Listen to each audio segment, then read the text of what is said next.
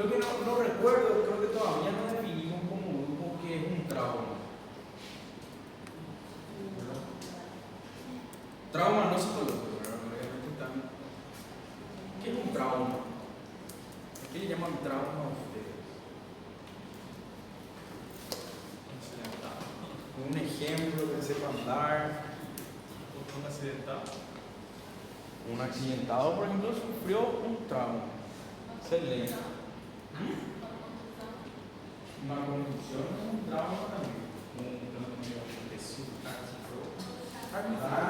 Y vamos definiendo un poquitito más, ¿verdad?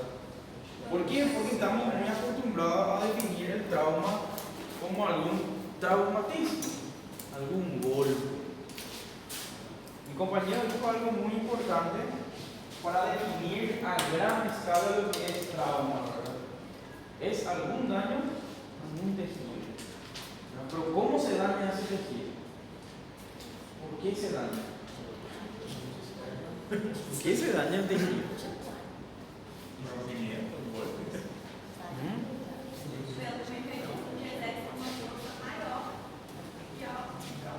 Y ahí la compañera habla de fuerzas. ¿Verdad? La fuerza en un traumatismo es energía cinética. ¿Verdad? Entonces, cuando hablamos, por ejemplo, yo agarro y la compañera le hago esto. Le hago esto. ¿Es un trauma? No. Si yo agarro una botella de vidrio y le miro a Felipe y le tiro por la cabeza, y después Felipe tiene un hematoma en la frente, ¿es un trauma? ¿Cuál es la diferencia?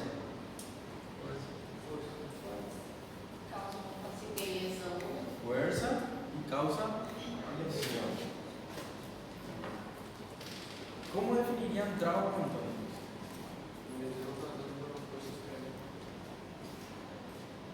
Sin miedo a equivocarse. Y se van a equivocar conmigo.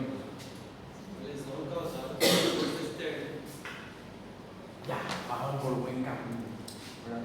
Porque el compañero habla de lesión y habla de fuerza externa. Pregunto yo, si yo agarro agua caliente, hirviendo, y mi compañero le tiro yo agua hirviendo, ¿es un trauma? ¿Por qué? Hay lesión. ¿Y quién más también hay?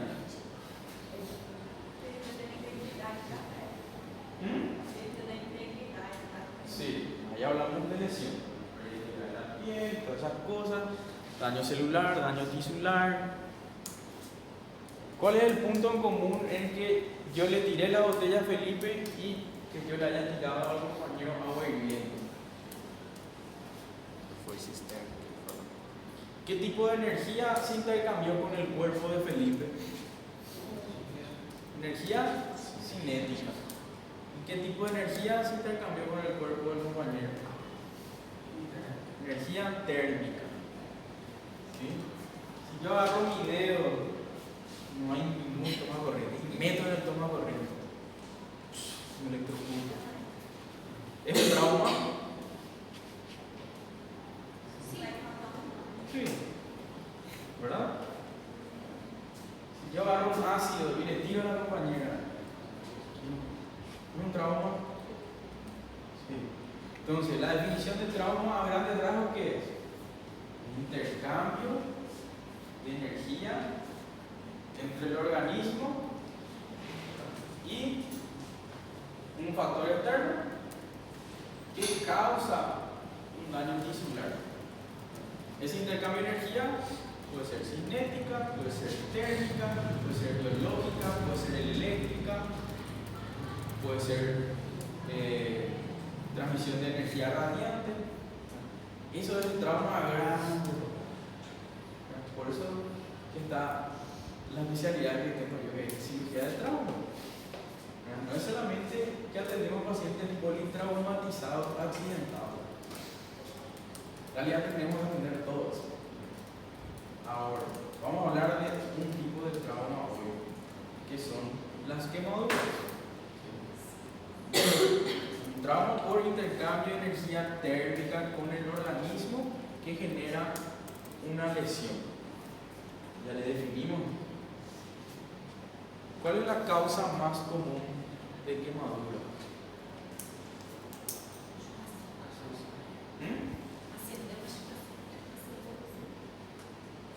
Más común. Estoy seguro que todo el mundo ya sufrió en algún momento de su vida.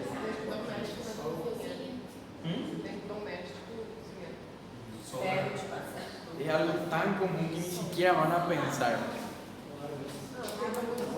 Quemadura solar. Todo el mundo alguna vez se quemó. Estando en la playa, caminando por la calle, ¿verdad? Ahora, para hablar de quemadura, ¿qué hay que tener en cuenta?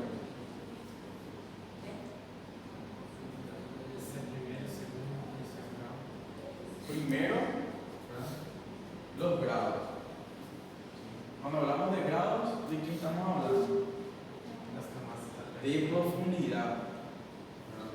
La profundidad es algo muy importante para hablar de lo que son las quemaduras. Y otro factor importante, ¿la? Sí, también. Otra cosa importante que va a definir también tu tratamiento, la extensión. Entonces, lo primero que vemos a simple vista, y podemos clasificar rápidamente, es la extensión y la profundidad. ¿Por qué es importante eso?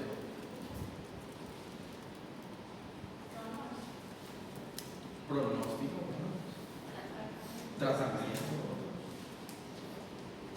si se interna o no el paciente. ¿Escucharon alguna alteración importante que pueda sufrir un paciente quemado? Deshidratación. ¿Por qué puede sufrir deshidratación?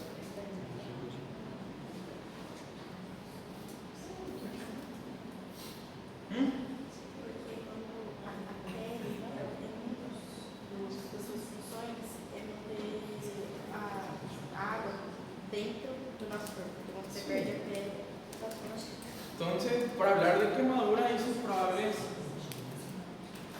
complicaciones o secuelas, hay que conocer, ¿verdad?, las funciones de la piel.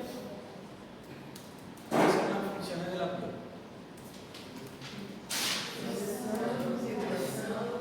Actúa como barrera mecánica, excelente. Todo por lo menos, sí, van a saber.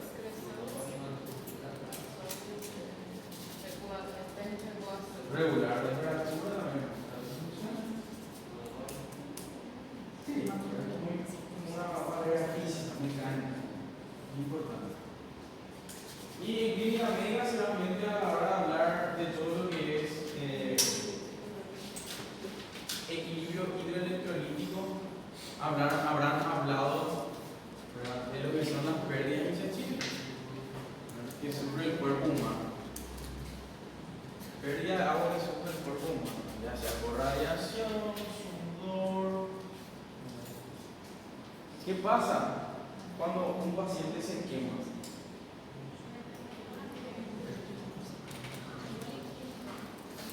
¿Qué?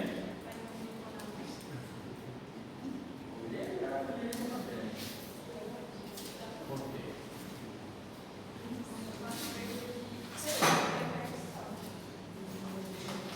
¿Qué más? ¿Cómo le puede pasar a esta persona que se quema?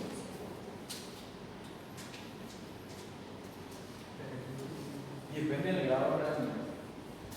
Porque si viene una persona por la urgencia, tiene una quemadura de primer grado, que normalmente son las quemaduras que dan, las quemaduras solares, ¿la internamos o no?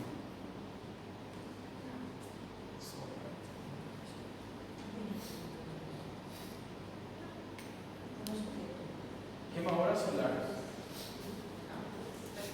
¿Se internan o no? De primer grado normalmente son las más comunes. normalmente no, a no ser que esté asociado a golpe de calor, deshidratación severa, ¿verdad? Obviamente depende del estado clínico del paciente, pero todos nos quemamos alguna vez en eso y no nos internamos. ¿Y el tratamiento?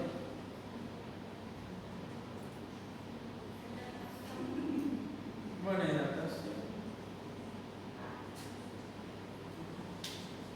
Tópicos. No pasa nada, porque no se pierde la función de la piel. Bueno, hablamos de profundidad y extensión. ¿Qué otra cosa tenemos que tener en cuenta a la hora de evaluar un paciente quemado? Creo que la compañera dijo algo importante: con qué se quemó. Eso es muy importante evaluar también al ingreso. ¿Por qué? Porque puede ser una sustancia química que reaccione con el agua y empeora una quemadura, especialmente en los polvos industriales. Entonces eso hay que mirar bien. ¿Por qué? Porque podemos empeorar la quemadura. Porque lo primero, yo creo que lo primero que es lo que piensan todos: veo una quemadura, le derramo agua. Hay que evaluar un poco eso. Otra cosa que tenemos que tener en cuenta: la hora de evaluar un paciente quemado. El tiempo influencia bien. Puede influenciar el tiempo, especialmente con el grado de deshidratación del paciente y el desequilibrio hidroelectrólico. Vamos a hablar después cómo se hace la reposición en un paciente. La localización, ¿verdad? Vías aéreas especialmente, ¿sí? Y más cuidado otra vez cuando la quemadura es por flama o combustión, ¿sí? Y es a nivel facial. Hay que tener mucho cuidado. Tenemos que evaluar las vías aéreas. ¿Qué tenemos que evaluar de las vías aéreas?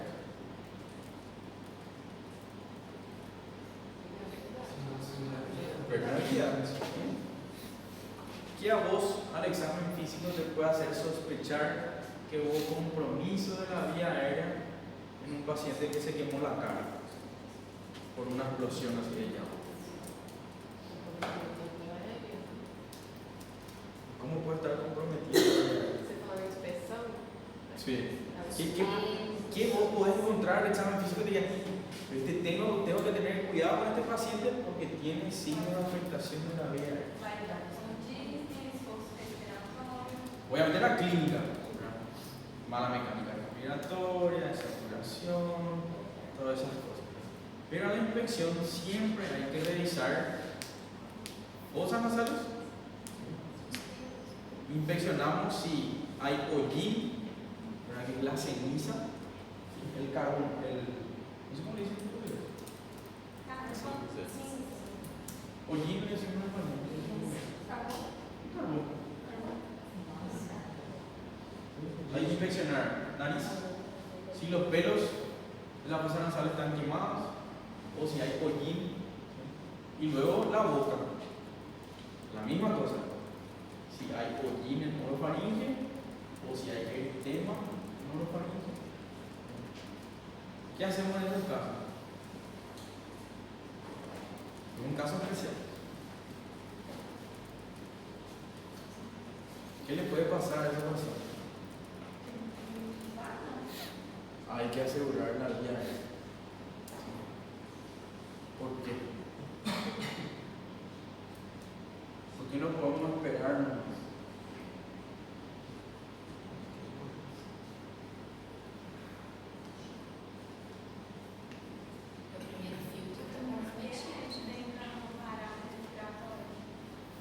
Porque puede dar un edema de glotis. El edema de glotis es agudo. Te puede dificultar la intubación, y si no puedes intubarle, tenés que hacer una traqueotomía de urgencia. Además, no es recomendable esperar al que el paciente tenga mala mecánica respiratoria. ¿Por qué? Porque va a entrar en asistencia respiratoria. y una vez hay alteración del medio interno, sumándolo otra vez a la deshidratación que va a sufrir el paciente, la estadía hospitalaria se prolonga. O sea, tiene que ver mucho el medio interno también.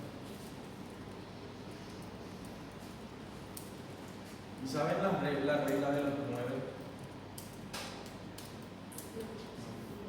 ¿Cómo evaluar la extensión de una quemadura? ¿Se acuerdan más o menos? ¿Ya miraron el muñequito alguna vez?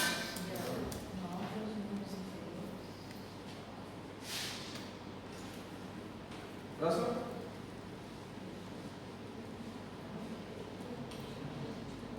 Mueve el brazo. Y para el examen estudien bien la regla de los 9, porque va a salir. La regla de los 9 tienen que saber. Y la regla de un punto que digamos. Pero por más que le diga, puede ser que se equivoquen, porque así fue el semestre pasado. Recuerden bien, 4.5 siempre tenemos que mirarle al paciente en posición anatómica. Anterior, 4.5, posterior, 4.5, todo el brazo, 9. 9, 18, anterior, 18, posterior. ¿Qué cosa? 4 y medio. ¿Segura?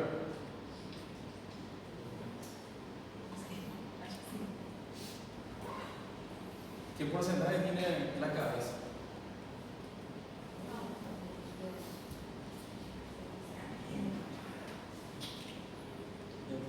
Ya tiene el muñeco. Mueve todo el rostro, toda la cabeza. Lo mismo, anterior, posterior. 4 y medio, 4 y medio. ¿Y las piernas?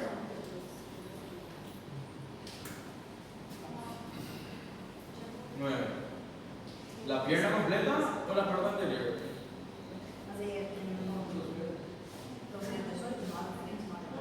¿Segura?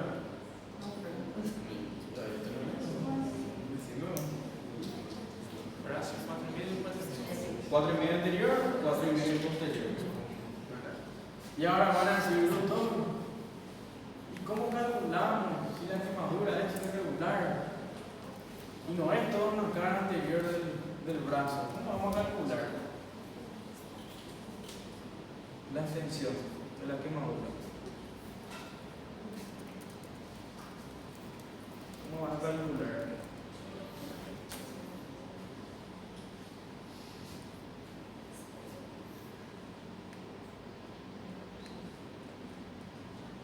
Nunca escuché.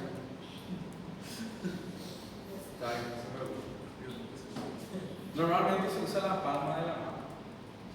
Todo el área de la palma de la mano, aproximadamente un 1%. ¿Sí? Porque obviamente no es que vienen los pacientes quemados toda la parte anterior del tórax y el abdomen. Pueden venir con lesiones parciales, solamente el tórax, o solamente el hemitórax, o solamente la parte anterior del antebrazo. ¿Por qué es importante calcular la superficie corporal total quemada?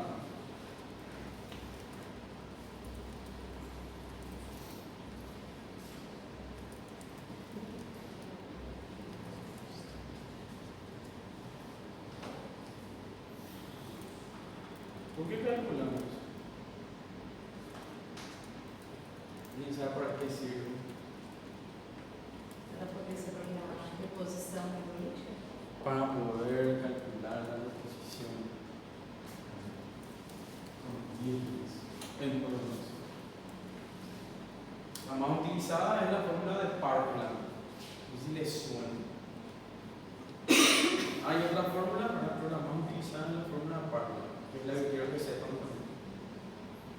Eso vamos a ver en la clase. Ahora, otra cosa importante a tener en cuenta en las quemaduras que dijimos es la profundidad. Tenemos la clásica clasificación, ¿verdad? De primero, segundo, tercer grado.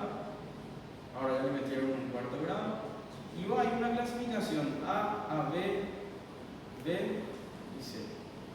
¿Cuál le gusta más? Primero, segundo y tercer y cuarto grado, la más conocida. ¿Cuál es la característica de una quemadura en primer grado?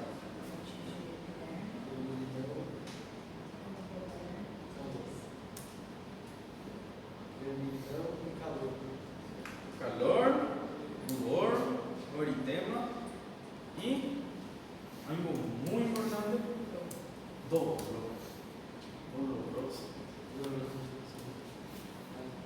Segundo grado, característica de quemadura en segundo grado.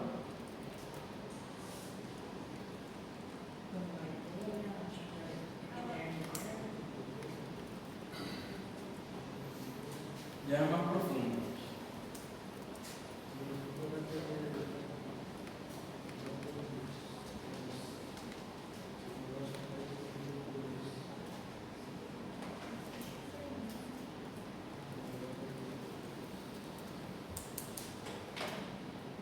Y la del tercer grado, característica de la lesión, no dolorosa o dolorosa. No dolorosa. ¿Por qué? Está todo frito. Otra característica de la quemadura de tercer grado. ¿Ya vieron alguna quemadura de tercer grado?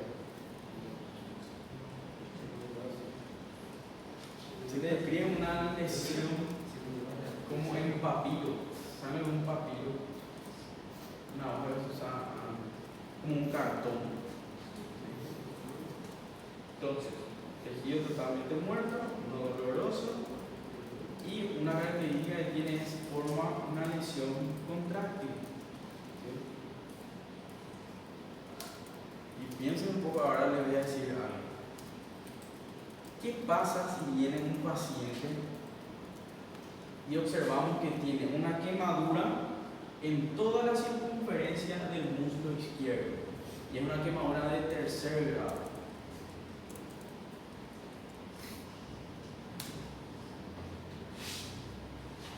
¿Qué le puede pasar a esa paciente?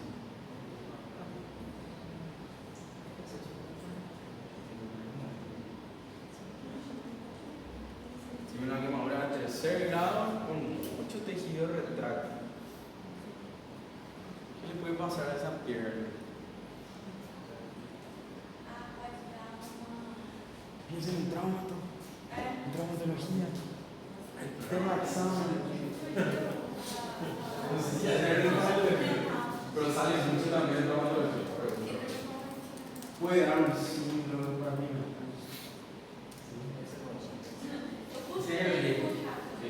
Entonces, dependiendo de la característica de la quemadura de tercer grado, la zona, especialmente si son quemaduras circunferenciales, puede requerir tratamiento extra. Se hacen incisiones de descarga. ¿Para qué? Para que el compartimiento pueda expandirse y no comprime. Y se va a compartir, o sea, se va a comportar como un síndrome compartimental clásico. ¿Ya dieron el síndrome compartimental en el trabajo? Todavía no. Pero, ¿o ya dieron? ¿Se acuerdan hacer algunos signos de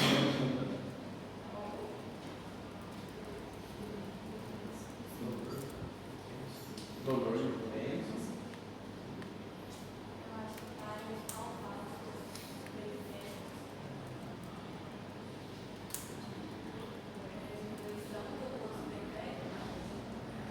Puede haber condiciones con su periférico. 6P.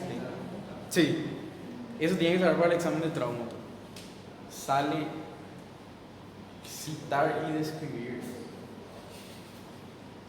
O sea que si van a rendir, ya tiene para estudiar síndrome compartimental. Otro ejemplo, si tenemos una quemadura de tercer grado circunferencial en el tórax, ¿qué puede pasar?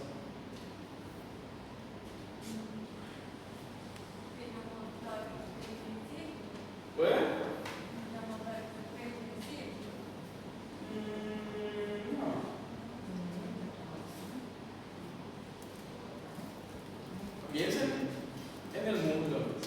trasladamos esa quemadura circunferencial al tórax.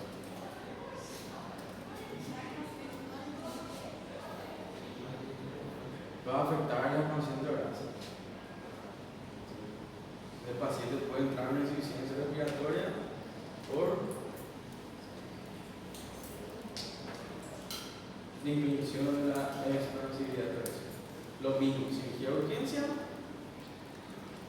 las incisiones de descarga para que el tórax se pueda expandir. Tratamiento.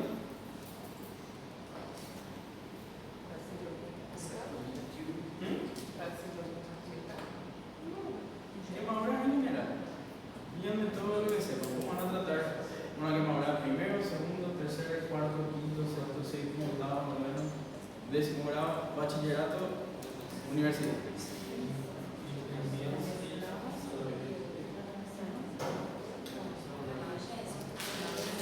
Analgesia, hidratación y oral, forma ambulatoria.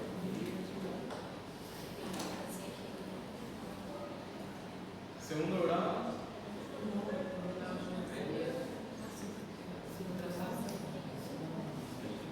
A partir del segundo grado sí ya importa el área total quemada. ¿Cómo? Esa es una buena pregunta. ¿Qué escucharon sobre la terapia antibiótica en pacientes quemados? ¿Se hace o no? Dependendo da gravidade da queimadura. Se hace una profilaxis antibiótica en un quemado.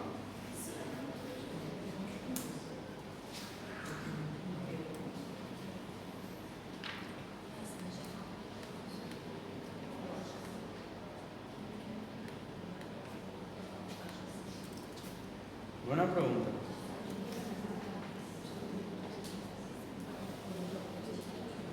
¿Sí o no?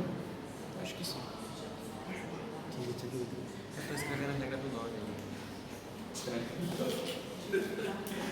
Tirando que sim. ¿Cómo en português? ¿Cómo digo? Se hace antibiótico terapia en português. Se faz antibiótico. Terapia. Não, antibiótico. Cada vez que dá isso. Depois eu não caminho muito. Eu acho que sim. No lo logro hacer en portugués. Pero, una buena pregunta. ¿Por qué la harían? ¿Por qué no la harían? Também por resposta. Porta de entrada não funciona. Puede ser una puerta de entrada. Pero, hay un criterio un poco interesante que se manejaba como protocolo, en el cual no recomendaban hacer antibiótico terapia de forma profiláctica en todos los casos. Realmente había que evaluar paciente por paciente. Pero si yo tengo, por ejemplo, una cámara segundo grado de forma profiláctica, no está recomendado. ¿Por qué? Por todo el tema de la resistencia a la mas o queimadura por ser um evento bem esporádico, vale a pena fazer a profilaxis? Tá bom sim, cara. Porque puede ser que se infecte. Porque el manito local de la herida. Vamos a ver después una clase. No traje agua. Yo traje un vaso de agua y ya empezamos la clase. Pero ya dimos. Ya hablamos de muchas cosas.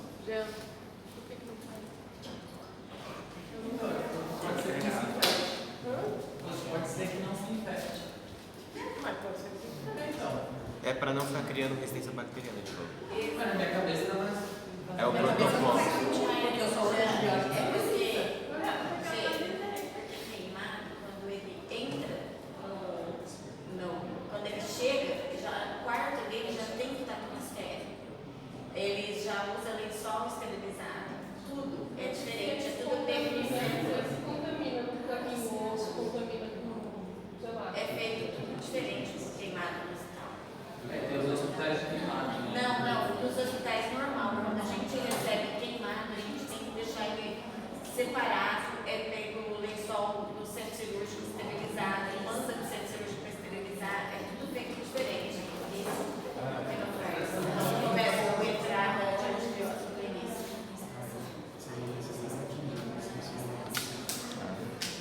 Vou colar esse negócio aqui, hein? Você vai o quê?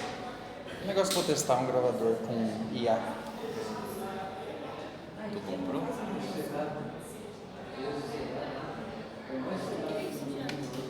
Hack. Então, ele é um gravador que teoricamente vai fazer transcrição da aula e fazer um resumo. Oi? É isso que eu vou testar. Eu vi o povo testando em português agora. Então, é que tem um que é muito caro, ele é tipo 1.300 mais 150 pau por mês. Isso daqui é a versão pobre, entendeu? Ante estos episodios, ¿verdad? Como médicos de grado, y tienen que saber sus limitaciones, ¿verdad? Porque obviamente un paciente quemado puede llegar a ser un paciente crítico, ¿sí? Que necesita inclusive unidad de terapia intensiva. Entonces, no me hagas repetir. Ah, mira, ¿qué es el nombre?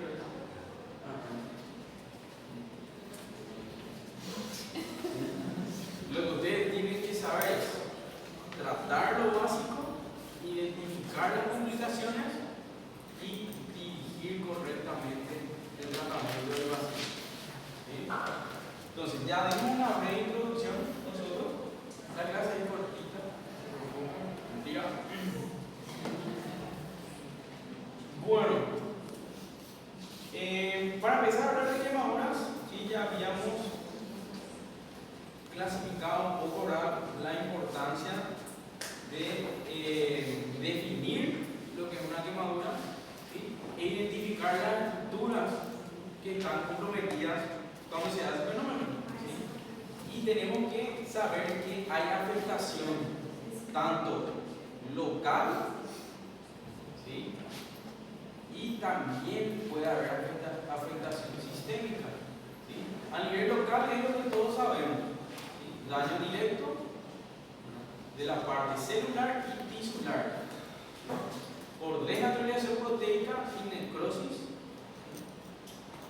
y eso varía tanto el causante, el producto causante de la quemadura, como el grado de exposición que tiene a ese producto, ¿verdad?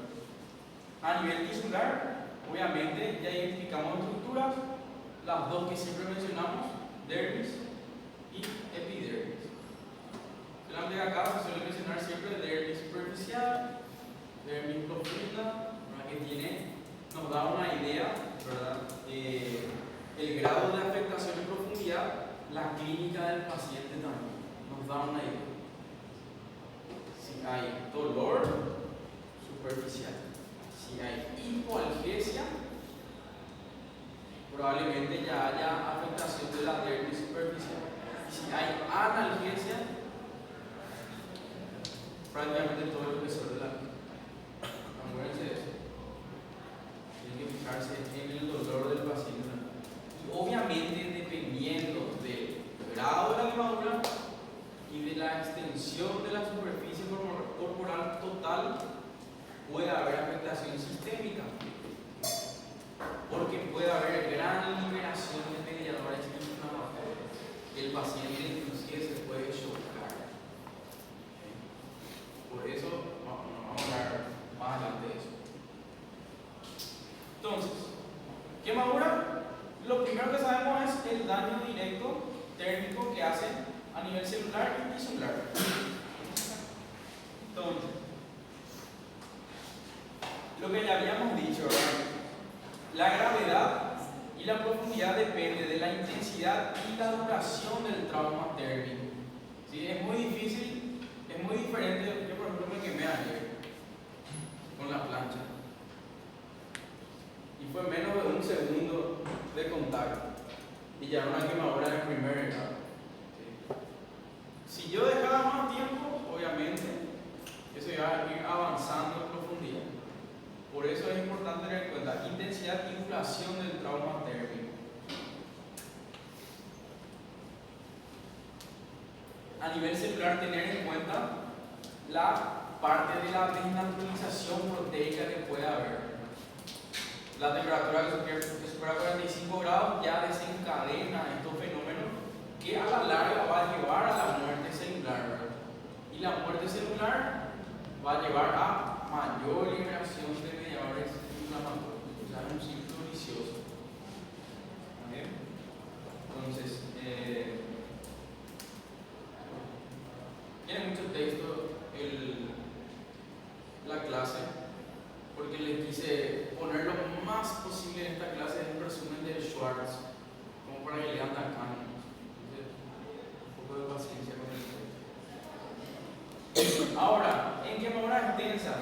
normalmente se consideran mayor a 15 o mayor a 20 porcentaje de superficie corporal quemada.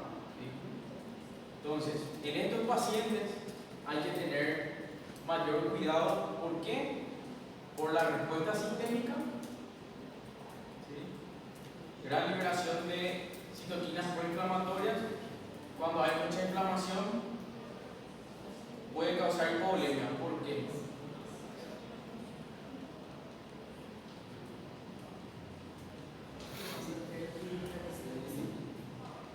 ¿Qué pasa con un paciente que tiene SIRS y después se choca?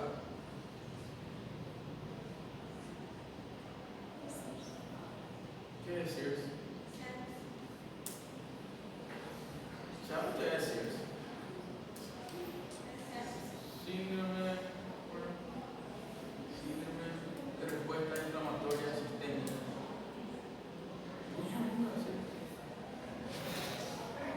Me siento responsable. Síndrome de respuesta inflamatoria sistémica. SIRS.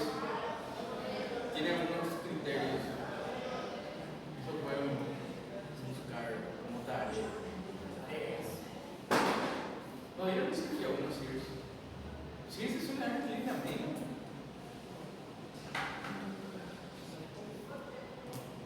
Bueno. Entonces, puede haber hipovolemia, alteraciones cardiovasculares, respiratorias y metabólicas significativas. ¿Sí? Entonces, para el manejo de estos pacientes que tienen mayor a 20% de superficie corporal total quemada, ya le consideramos un paciente crítico. ¿Por qué puede ser un paciente crítico? Porque hay alteración o afectación sistémica. Una vez, cualquier sea la patología que sea, tiene afectación sistémica, el paciente necesita estar monitorizado, necesita estar en una unidad de cuidado intensivo. Entonces, esto rápidamente vamos a ver: quemaduras de primer grado, que son las más superficiales, normalmente afecta la epidermis, y tenemos que tener en cuenta las características que tienen, ¿verdad?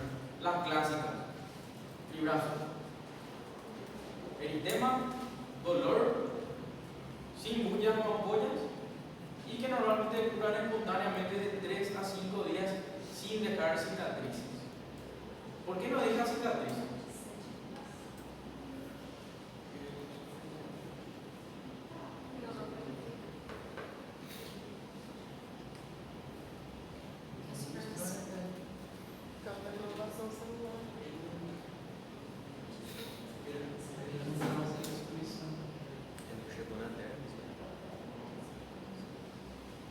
¿Qué estructura tiene que afectar para que deje cicatrices?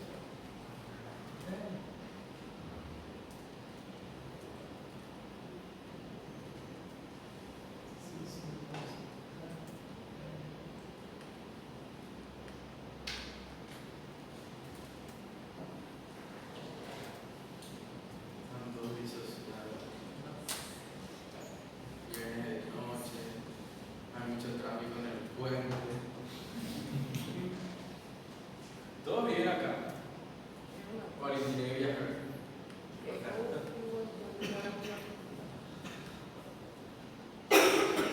Ya te contaron del tráfico. Bueno, segundo grado. En la de segundo grado podemos dividirla otra vez en superficial y en zonas más profundas. ¿Sí? Superficial afecta la epidermis y la dermis papilar, o la dermis superficial, vamos a decir. Va a formar ampollas o bullas, son muy dolorosas y curan de 7 a 21 días. Profunda ya llega a la dermis reticular, y estas sí dejan cicatrices. Respondido. Tercer grado o de espesor total, hay destrucción completa de epidermis y dermis, tiene un aspecto coriáceo, indoloro y requiere normalmente intervención quirúrgica. deja como una costra para el tercer grado. ¿Sí? Vos le tocas, parece un cartón. ¿Cómo le dicen cartón en portugués? Una caja. Papelón. Y nos duele. Y normalmente requiere debilitar ese tejido. Obviamente, estas sí dejan deformidad física al paciente. Y eso es un factor que muchos de los médicos no tienen en cuenta. ¿Sí? La pérdida de anatomía, la pérdida de funcionalidad por cicatriz retráctil. ¿Sí? Y, por último, la parte psicológica del paciente. Es muy importante tener en cuenta, ¿verdad? El enfoque tiene que ser multifactorial. Obviamente, esa parte sí viene a lo último, que es la rehabilitación del paciente. Y ahí hablamos tanto de apoyo psicológico como interconsulta con cirugía plástica para ver si se pueden hacer injertos. Muy amplio el tratamiento al mundo. Y le sumamos una de cuarto grado, que cuando ya es una quemadura totalmente destructiva. Ya la piel se destruye y ya alcanza a nivel muscular, o sea, fascia muscular y huesos. Hay prácticamente una pérdida total de la anatomía del área quemada y una pérdida total de la funcionalidad. Entonces,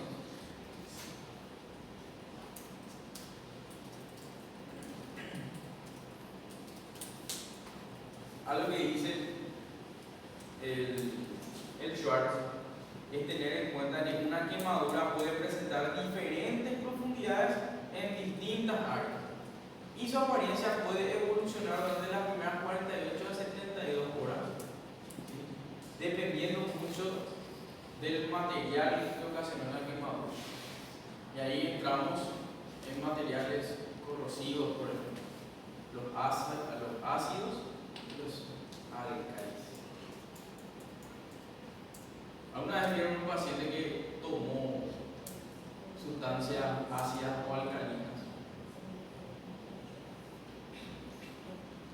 Yo ya vi mucho, pero vamos a hablar de eso más adelante. Bueno, entonces, la evaluación de la tensión de las quemaduras ya vimos. Regla de los 9. Tienen que saber de memoria. ¿Está bien? Y el método de la palma de la mano, cuando son quemaduras más pequeñas o irregulares, para tener cierta idea, nos da cierta idea para calcular el área de superficie corporal total quemada, para luego hacer nuestro tratamiento. Entonces, por eso, algo muy importante es la superficie corporal quemada. ¿Sí? ¿Por qué es importante? Para el manejo inicial, especialmente para la reposición de líquidos en el paciente.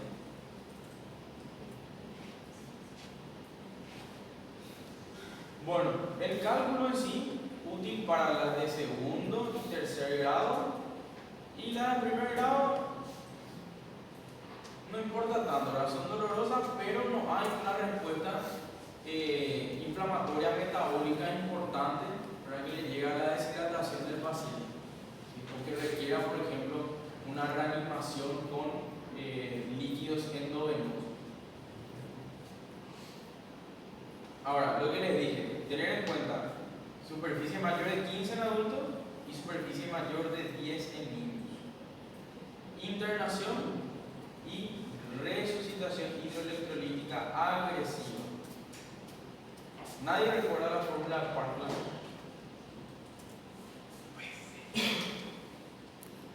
Nadie. ¿Escucharon por lo menos alguna?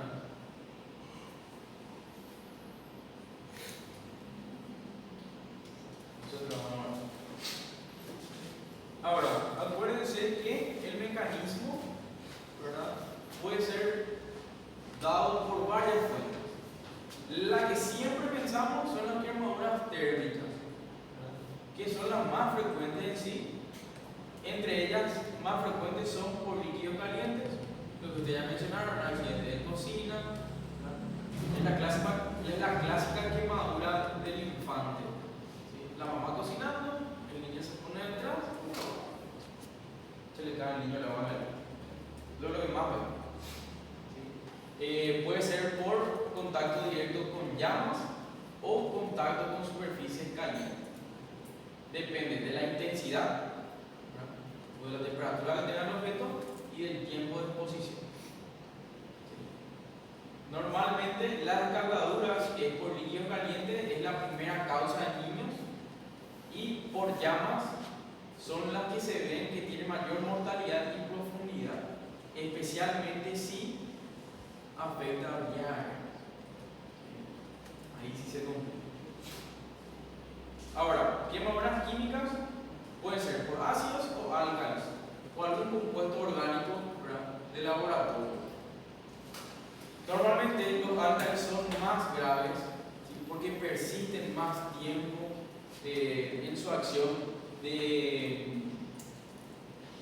en su acción directa sobre el tejido, ¿sí? Entonces penetran más en el tejido y causan más daño. El ácido, ¿qué es lo que pasa? Hace también daño rápidamente, pero causan una coagulación proteica que actúa otra vez como un factor protector. Entonces, las quemaduras por ácido también son extensas, pero normalmente son menos profundas que las quemaduras por álcalis. Yo cuando estaba en el hospital del trauma, que ahí se recibe de todo tipo de pacientes. El hospital del trauma es el centro de referencia de pacientes politraumatizados. Al lado del hospital del trauma, pegado, está el centro nefrológico de Paraguay y está el centro toxicológico de Paraguay. Ahora teníamos todo el mundo. Y algo que llegaba mucho era el intento de autoeliminación con ácido fólico.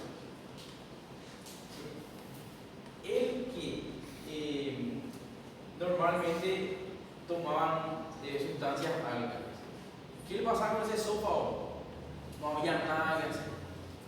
Se tenía que hacer una esofarectomía y evaluar qué tal está el estómago. Una vez un paciente habrá tomado 2 litros, necrosó todo: la boca, esófago, estómago, y llegó casi hasta el ilio terminal. Abrimos, miramos, ¡opa!, dijimos y cerramos. No hay nada. El paciente se... Y tuvimos varias experiencias con este tipo de pacientes. Hubo un paciente que se fue a la terapia, vivió, salió de la terapia a sala común, tomó agua, broncoaspiró, se murió. Otro paciente, ¿qué es lo que se suele hacer con este tipo de pacientes que sobreviven al efecto, o sea, sobreviven al episodio agudo? Se trata de mejorar las condiciones de vida. ¿Por qué? Porque nosotros lo que hacemos es cerrar el esófago y hacerle una esofagotomía. O sea, abocamos el resto del esófago que le queda al cuello. Entonces el paciente saliva por el cuello. Ya no traga, obviamente, no tiene más músculo deglutorio y ya no tiene ningún lugar donde irse la saliva. Y se le hace, dependiendo del daño, o un botón gástrico para alimentación o una ileostomía de alimentación. Ese es un paciente joven de 18 años que tomó álcalis porque su mamá estaba en España. Estaba en un episodio de depresión mayor. Él no tenía idea de lo que le iba a pasar, necrosó todo. Y hay una cirugía que se suele hacer, que es la de restitución del tránsito. Se suele usar una porción del colon y se lleva a anatomizar con el resto del esófago que queda. Ahora, ¿cuál es el problema de esto? Que requiere mucha dedicación del paciente, porque no siempre resulta. Obviamente no es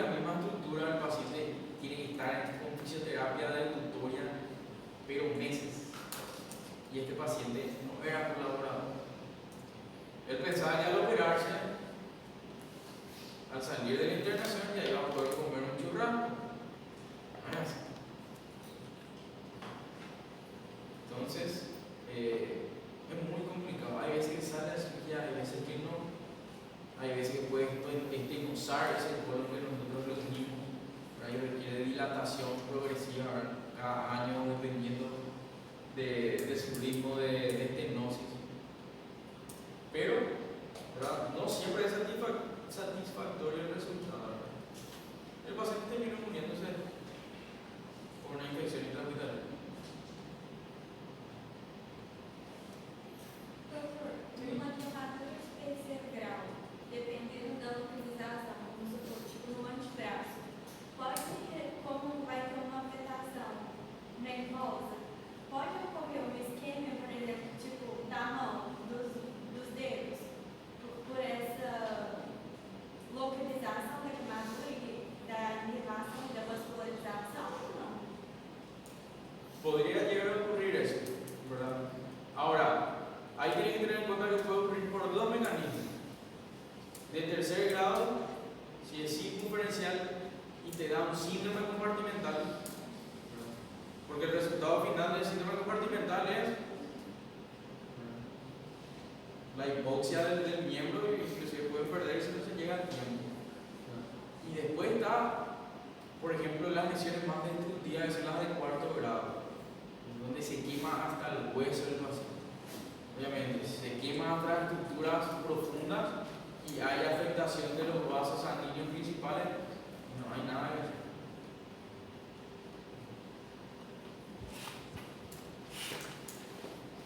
Entonces, la parte del pronóstico, lo que se trata de hacer es mejorar obviamente en los grados más profundos, ¿verdad? Es tratar de mejorar, primero salvar la vida al paciente, ¿verdad? Pero algo que no se piensa mucho es el pronóstico del paciente o el seguimiento después al paciente, que tiene que ver muchísimo con las cicatrices retráctiles, ¿verdad? Y la pérdida de la funcionalidad de un miembro, por ejemplo, la deformidad de un miembro. Esas cosas no se hablan mucho. Después nos vamos a poner a pensar y decir que es muy importante, ¿no? Porque a nadie le va a gustar tener un brazo con una cicatriz retráctil que no te permita, por ejemplo, extender todo el brazo. Y todo el tiempo estás así. O si a nivel del rostro, las cicatrices retráctiles pueden fusionar inclusive el rostro con el tórax. Ahí ya vi eso. Entonces es muy importante el seguimiento, el pronóstico de ese paciente. Y es mucho seguimiento por cirugía plástica. Obviamente lo primero es buscar funcionalidad y idealmente también buscar cierta estética.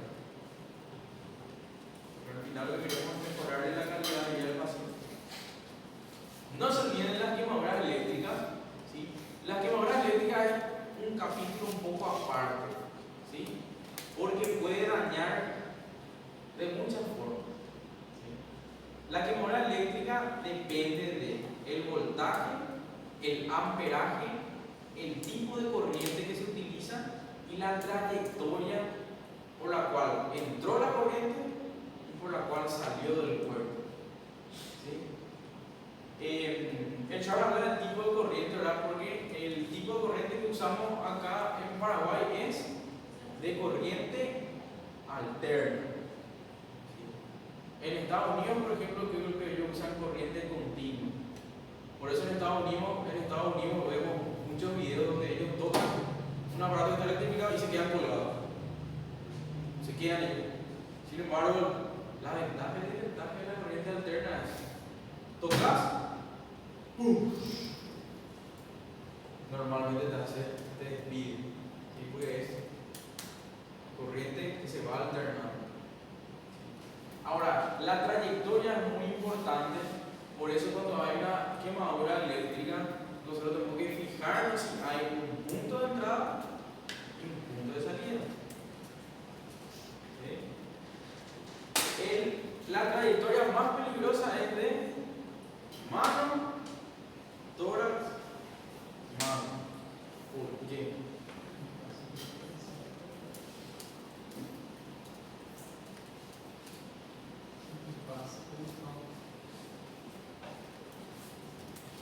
¿Pasa? Pasa por el corazón. ¿Y cómo funciona el corazón? Potenciales eléctricos.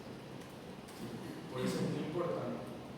Además, otra cosa importante que hay que tener en cuenta en la quemadura eléctrica es el daño muscular que se puede causar.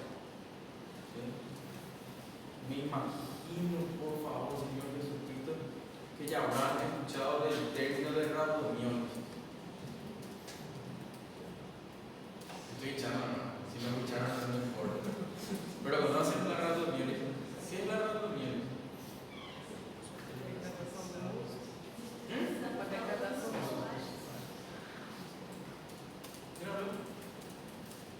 Ah, uma degradação muscular completa, que fala para Quebra de fibra muscular massiva que pode causar uma rhabdomiólise por causa da filtração horrível. ¿Qué se libera al torrente sanguíneo cuando hay rhabdomiólisis? CPK, va a aumentar a CPK. Sí. Pero van a aumentar todas las enzimas musculares. A celular?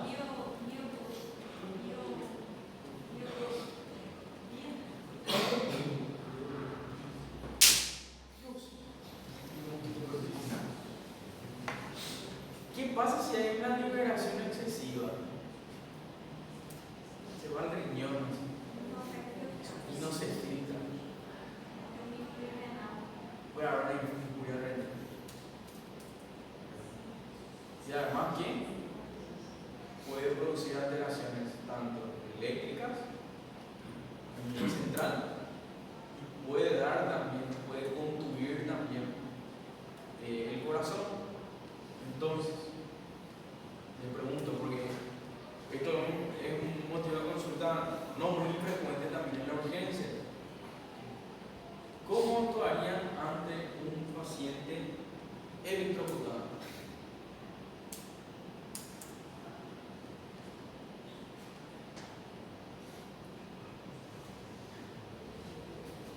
¿Están de guardia ustedes, doctor? El paciente está cambiando circuito eléctrico, no sé, tocó la caja, explotó, se electrocutó. Y viene así, se tira en la camilla. Y ustedes le miran así.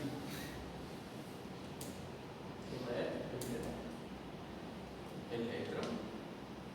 Pues, ya hablamos ya de todo, quiero saber si atendieron. Electro, ver si tiene entrada y salida para tratar de tener una idea de la trayectoria, pero siempre hagan el electro igual, independientemente de la trayectoria. Electrocardiograma. ¿Qué más? Hidratación. Le hidratamos más. Pode pedir a CPK para prestar aumentar. Examen laboratorial, enzimas musculares y troponina I, más físicamente para el corazón. Examen de orina, como verle. Falta uno básico. Pode ver para ele para Urea creatina. Estas 5 cosas por lo menos tienen que evaluar en un paciente electrocutado. Por más minúsculo que parezca la electrocución. Y yo le digo por experiencia, evalúen esas 5 cosas y vayan a su casa y duerman tranquilos. Geralmente, as queimaduras elétricas, elas são de terceiro grau ou pode ser só de primeiro ou segundo? Normalmente son de segundo a tercer grado, las eléctricas. De primer grado, muy difícil. Y se nota lo de la puerta de entrada y el sitio más dañado.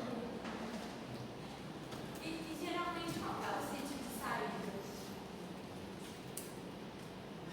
Y ahí tenemos que entrar en lo que es la física de la conducción eléctrica a través de un cuerpo semiconductor.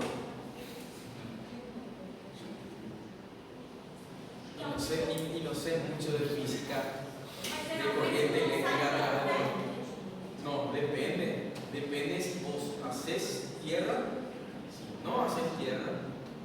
Depende de muchas cosas. Pero algo que se suele ver también es mano y mano. Hay veces que es solamente a nivel local. Por eso te digo, te da una idea más o menos de la trayectoria que siguió la corriente a través de un cuerpo semiconductor y fuera del cuerpo. Pero acuérdense, esas 5 cosas que tienen que descartar para darle de alta al paciente, 100% seguro de que no se va a complicar. ¿Qué? ¿Orina? ¿Orina? ¿Prevencionina? Electrocardiograma. Hidratación mientras espera la hidratante. Entonces, manejo básico inicial del paciente electrocutado. Un caso un poquitito más raro.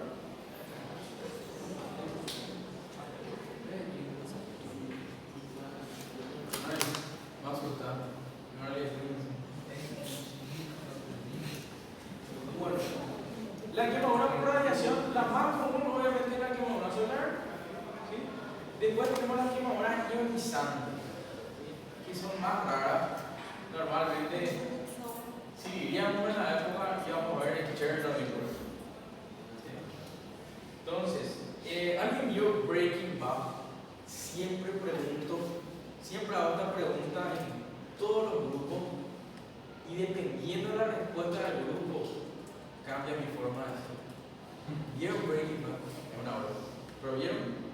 ¿Alguien vio? Primera temporada. ¿Los primeros episodios vieron? Sí. ¿Quién tenía Walter White? Un cáncer, pulmonar, una célula pequeña, agresivo, no tenía criterio quirúrgico. ¿Qué tratamiento le hicieron?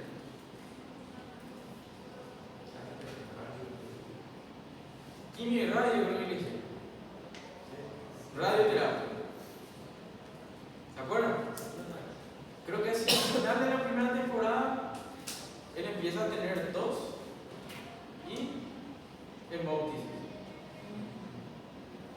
Sangraba con la tos. ¿Qué le pasó? ¿Se acuerdan lo que vieron?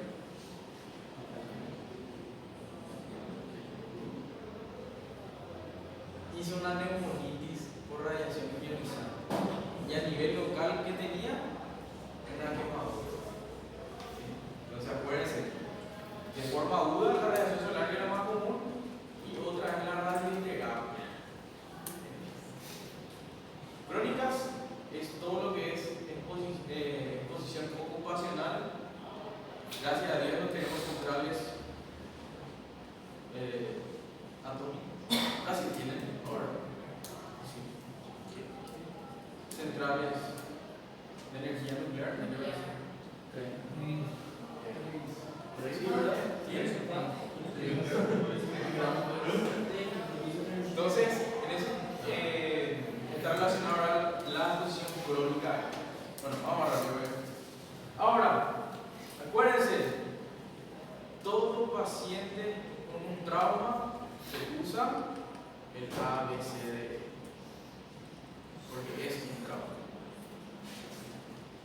Vía aérea, especialmente si hay estigma de quemado facial o de vías aéreas, evaluar permeabilidad o signos de inhalación.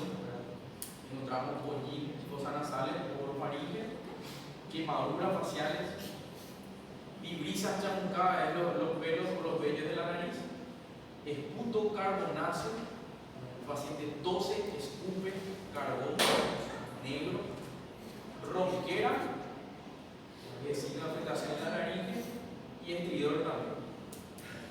Todo eso hablamos en la mecánica ventilatoria. Usualmente, si es una quemadura a nivel facial, le administramos oxígeno al 100% como antídoto de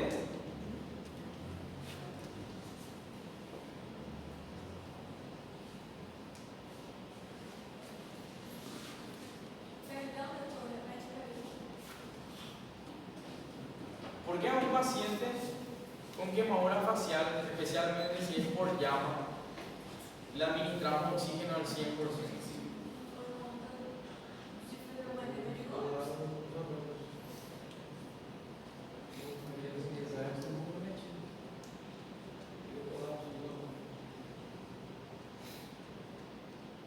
Porque puede haber un mecanismo mixto, ¿verdad?, de daño por la llama mismo y por el humo, por gases que desplazan el oxígeno en el torrente sanguíneo. Entonces vos tenés que tratar de saturarle lo más posible. Por eso decimos que si hay afectación de la vía aérea, se tiene que asegurar la vía aérea. ¿Para qué? Para tratar de enviar oxígeno a un VO2 del 100%. Por eso dice, considerar intubación precoz ante sospecha de lesión inhalatoria. Circulación, regular pulso, perfusión, iniciar acceso venoso, preferiblemente en áreas no quemadas, y comenzar la reanimación de fluidos que vamos a ver en la D, el déficit neurológico. Mi grupo ya sabe todo esto. Nivel de conciencia con la escala de Glasgow, descartar lesiones asociadas, lesiones braquimedulares, especialmente en quemaduras eléctricas o por explosión. Y la E, la posición, ¿verdad? Retirar ropa, joyas, examinar toda la superficie corporal quemada, prevenir hipotermia y cubrir con sábanas limpias y secas. Si le viene un paciente quemado, A, B, C, D, E. Especialmente hacer enfoque en la vía aérea, porque es lo primero que le va a matar al paciente y no asegurar. ¿Me vieron?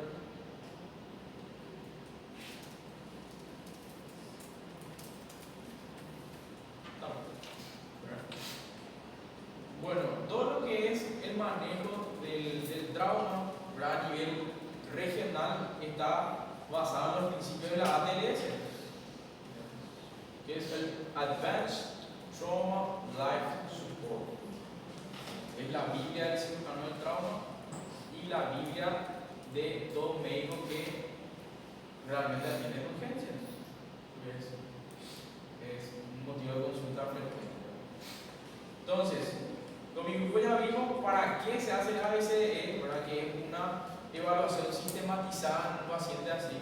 Es porque se prioriza las amenazas vitales inmediatas. La vía aérea es lo primero que le va a matar.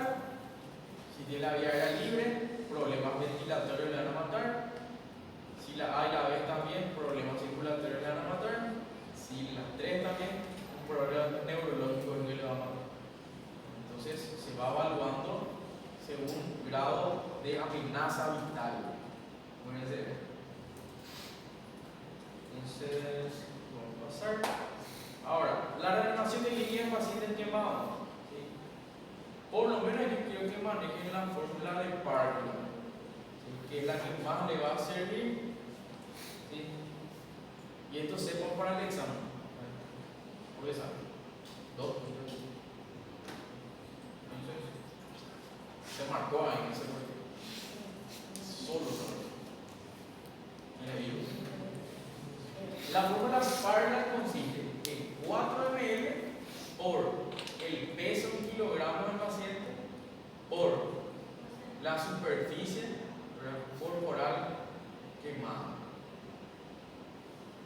Quiero que hagan la fórmula Parkinson con un paciente de 70 kilogramos y que tiene 22% de superficie corporal quemada.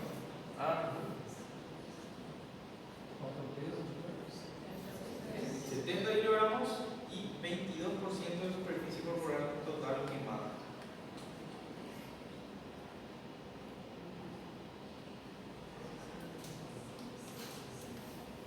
Da superfície queimada? 22.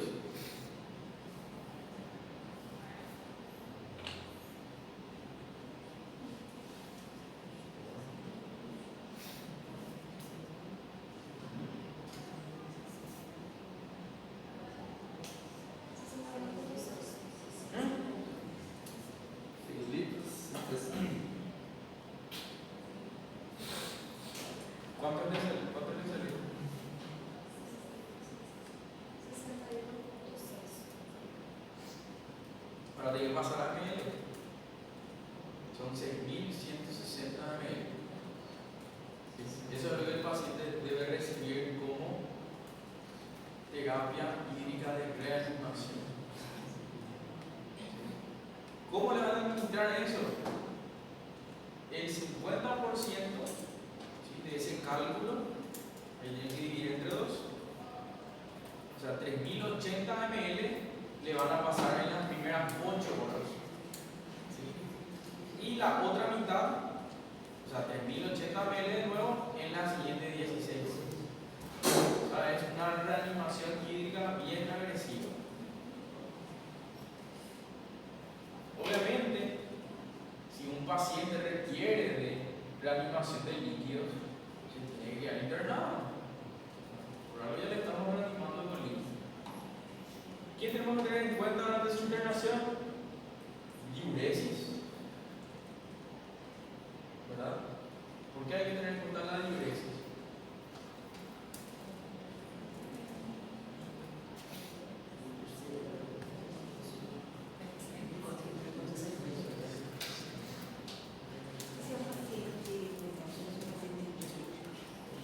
Si un paciente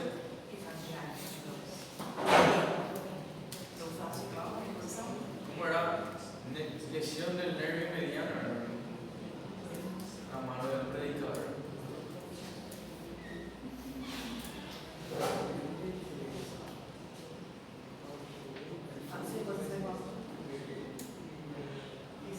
¿Qué le va a matar primero?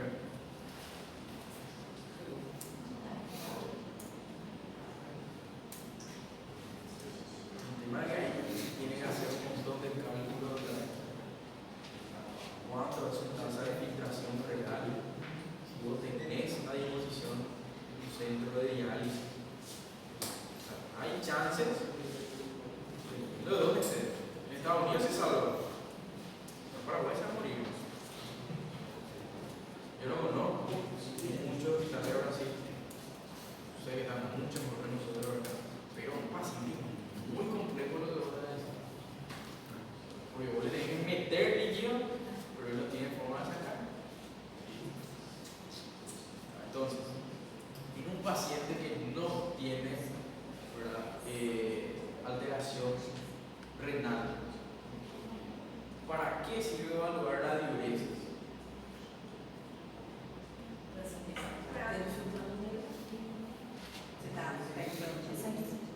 Porque ele pode fazer, perdendo desse espaço e fazer um edema de pulmão ou um edema critorino. ¿Qué pasa si te llega un paciente? Vos le iniciaste su reanimación con líquido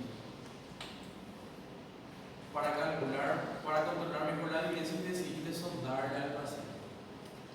Y vos ves que el paciente no orina nada.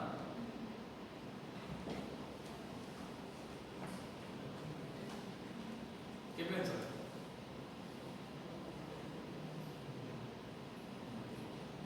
Já tá de graça, o número lá dele tá baixo e ele vai. Está chocado, ¿verdad? Probablemente tiene un shock hipoglémico. Pasan las horas y vos ves que empieza a orinar. ¿Qué idea te da eso?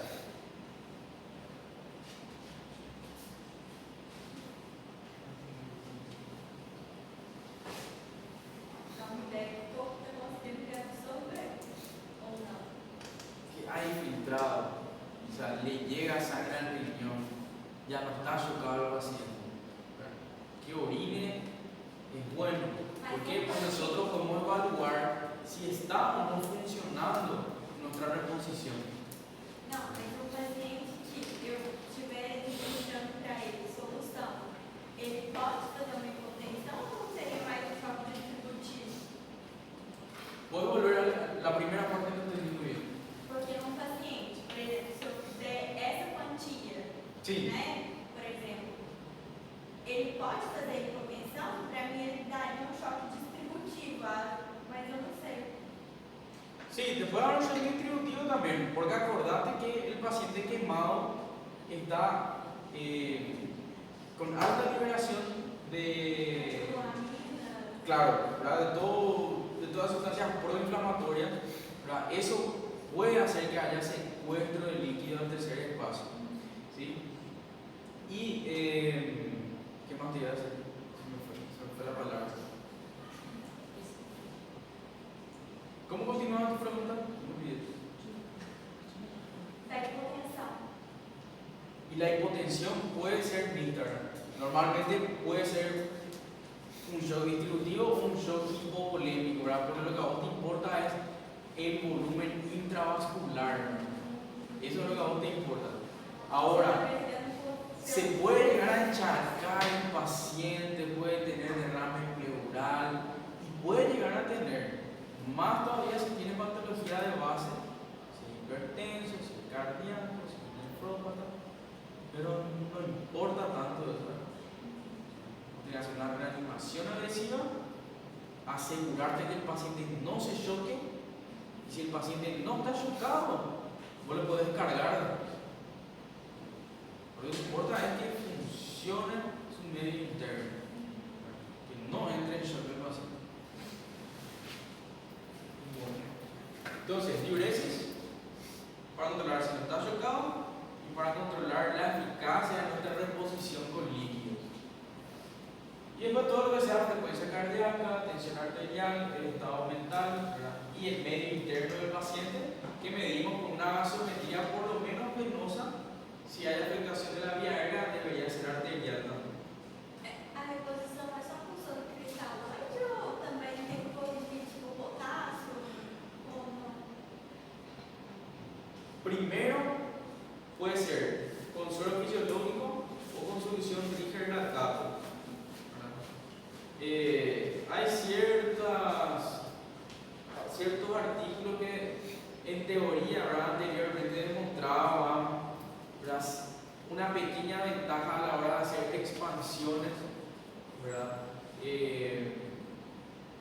Le daba mayor ventaja al Riger-lactato, ¿verdad? Pero ahora en trauma, ¿verdad?, en las últimas actualizaciones es la reposición o la expansión de la bulimia con lo que tenga a mano. Reponerle volumen es lo que importa ahora. Obviamente va a tener alteración electrolítica también, por eso tenemos que controlar y ahí hacer las correcciones pertinentes, ¿verdad? Pero si es todo al mismo tiempo. No se hace glicosado. ¿Cómo? Se hace Riger-lactato. Se puede usar el Riger-lactato sin tener a mano. Si no, Suero fisiológico. Nosotros no tenemos los Riger. Diuresis, então, é para ver se é choque ou só. Y para evaluar si está respondiendo o no a tu reposición de volumen. Obviamente, si vos le estás reponiendo volumen, pero el paciente sigue sin orinar, sigue chocando.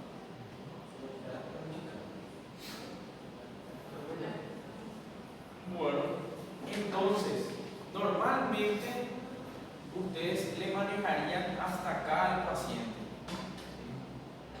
Y acá en Paraguay tenemos un hospital especializado en todo lo que son pacientes quemados.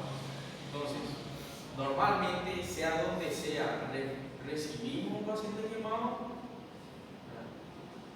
le monitorizamos, le evaluamos el grado y la superficie corporal total quemada, ya le iniciamos una reposición hídrica con la fórmula del Parkland, hacemos manejo de la analgesia y se refiere a esos hospitales especializados en quemados. ¿Por qué? Porque va a requerir por lo menos una terapia intermedia o una terapia intensiva para monitorización. Entonces, normalmente hasta acá van a llegar ustedes y van a tener que derivar el paciente. Acuérdense, lo principal es la reanimación adecuada con líquidos, que ya dijimos muchas veces. Tenemos que prevenir hipovolemia y shock. Obviamente tenemos que tratar de no sobrecargarle al paciente, pero como te dije, lo principal es prevenir hipovolemia y shock el paciente no tiene comorbilidad, se le puede descargar después.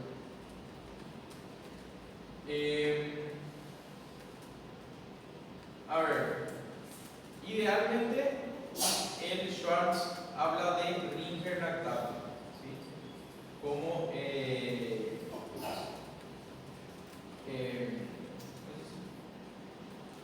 como solución de elección para la reposición, ¿verdad? Pero normalmente no tenemos. Entonces usamos suero fisiológico. A ver, ¿cómo? No quiero repetirles todo lo que ya dije.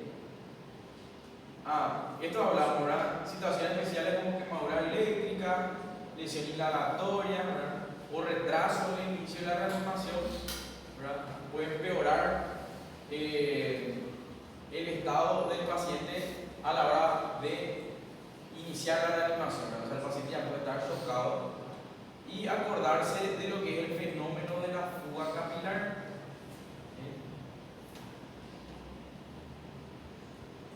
A las 8 o 12 horas post quemadura. Eso es lo que hablamos, ¿verdad? Que sí puede haber una vasación de líquido de tercer espacio justamente por ese fenómeno de fuga capilar que tiene que ver con todo el proceso proinflamatorio que está sufriendo el cuerpo. Ustedes me dicen si quieren un descanso, pero yo puedo hablar hasta las 2 de la madrugada. ¿Quieren descansar 10 minutos? Porque a muchos ya le veo a chicos malos. 10 minutos.